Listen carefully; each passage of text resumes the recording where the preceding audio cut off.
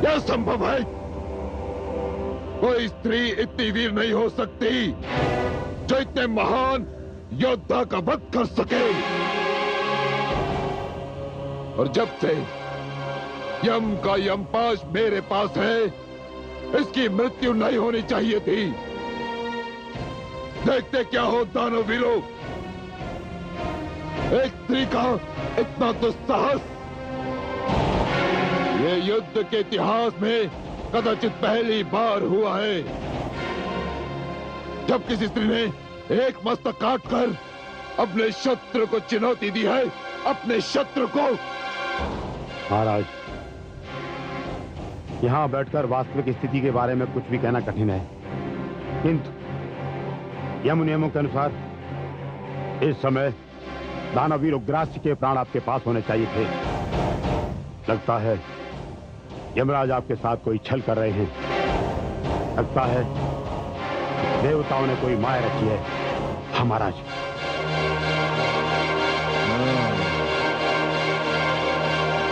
यमराज, कहाँ हो तुम? यमराज, आपने मेरा स्मरण किया दानवराज।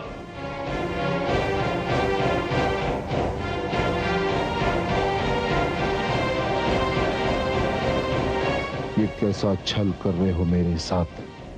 नहीं असुरराज, जब से आपने मेरा पाश मेरे हाथ से छीन लिया, मेरी शक्तियां समाप्त हो गई हैं और हम देवताओं को तो छल की विद्या ही नहीं आती। तुम्हारे कहने का तात्पर्य यह है कि असुर छली होते हैं? नहीं दानवराज, मेरा तात्पर्य यह नहीं था। प्राण हरने की शक्ति अब स्वयं भगवती परमेश्वरी के हाथों में चली गई है। आप ऐसे किसी भी चमत्कार की प्रतीक्षा ना कीजिए। आपका ये योद्धा मर चुका है और इसका शव उस स्थान पर पड़ा है जहां ये सैनिकों के साथ जगदंबा पर आक्रमण करने गया था।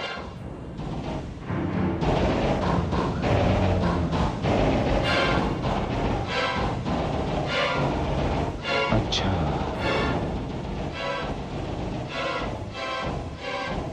तो ये बात है। हाँ दानवराज, यही बात है। सेनापति चिक्षुर। जी महाराज।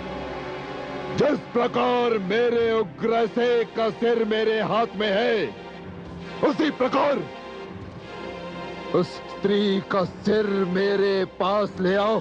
जाओ। जो आज्ञा महाराज।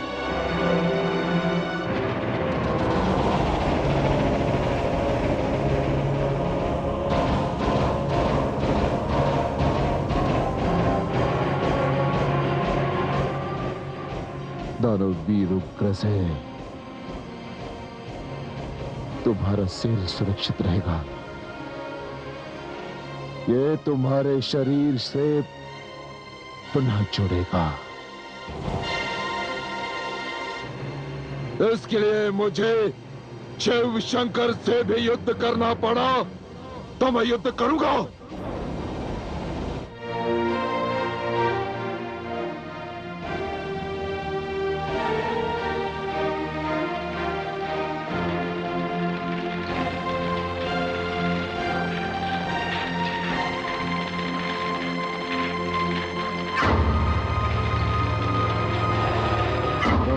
बीच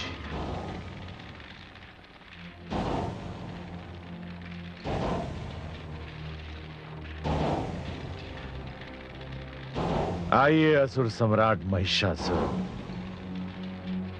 कहिए कैसे कष्ट किया।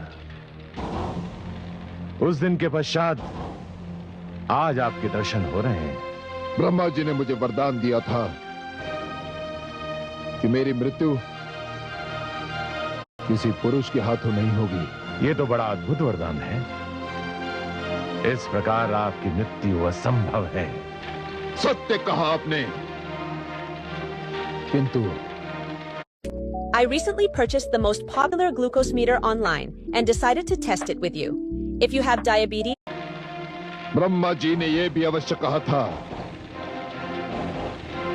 कि मेरी मृत्यु किसी स्त्री के हाथों होगी।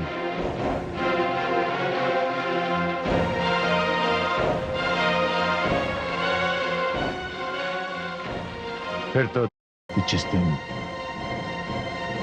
ब्रह्मा जी ने मुझे वरदान दिया था उस दिन।